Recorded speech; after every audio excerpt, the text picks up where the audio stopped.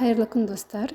Бүгін сіздермен осындай сүзбелі бәлішті дайындаймыз. Жұмсақ, ауызда еритіндей болып шығады. Менің каналыма тіркеліп, лайк басып, комментарий қалдыруды ұмытпаймыз.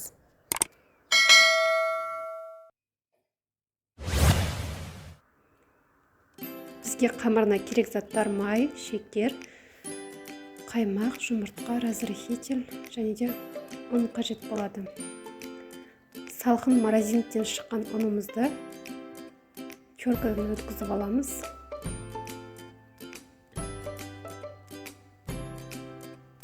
Майды теркадан өткізіп болғаннан кейін ұн мен майды бірге араластырып, осындай песочный тесто жасаймыз.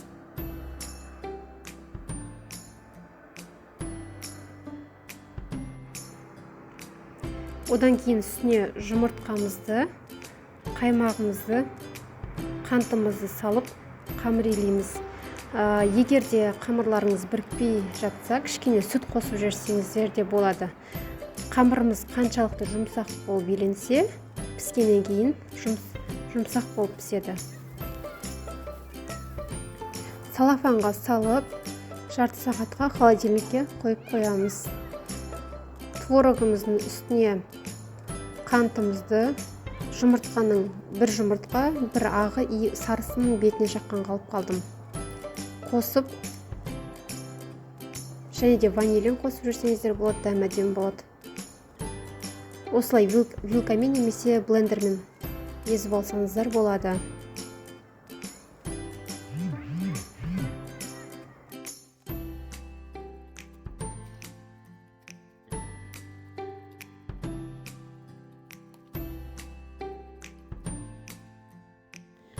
Қамырымызды бір жағын үлкендеу, бір жағын кішілеу қылып кесіп аламыз.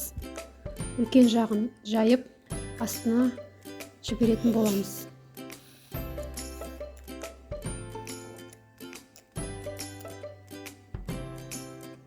Ұнды кішкене көктеу қылып сеуіп, жабысып қалмас үшін.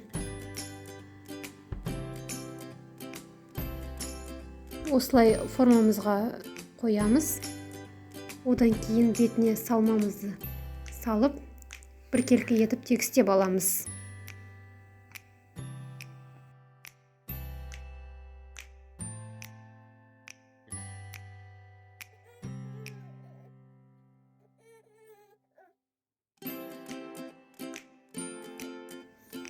Бетіне қоятын қамырымызды жұқалау етіп жайып аламыз.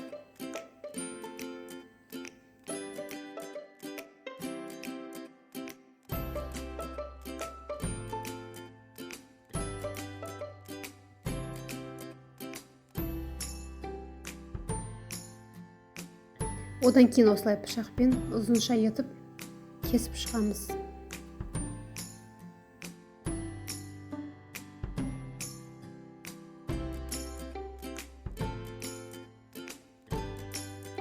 Бәлішіміздің бетіне осылай тор сияқты етіп қойып шығамыз.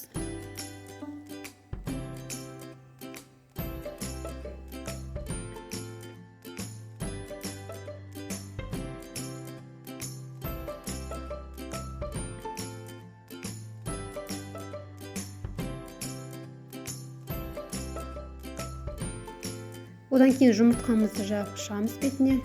Мен бір жұмыртқаға бір ас қасық сүт қосып араластырып аламын. Беті жұмсақ болып шығады сол кезде.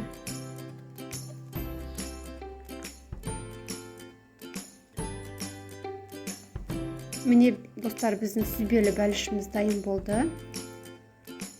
Көріп тұрғаныңыздай түрі өте әдемі, дәмі де өте керемет болып шықты. Жұмсақ болады, бәріне ұнайды. Үлкен ыдыста, кіші ыдыста да жасасаңыз болады. Міндетті түрде жасап көріңіздер.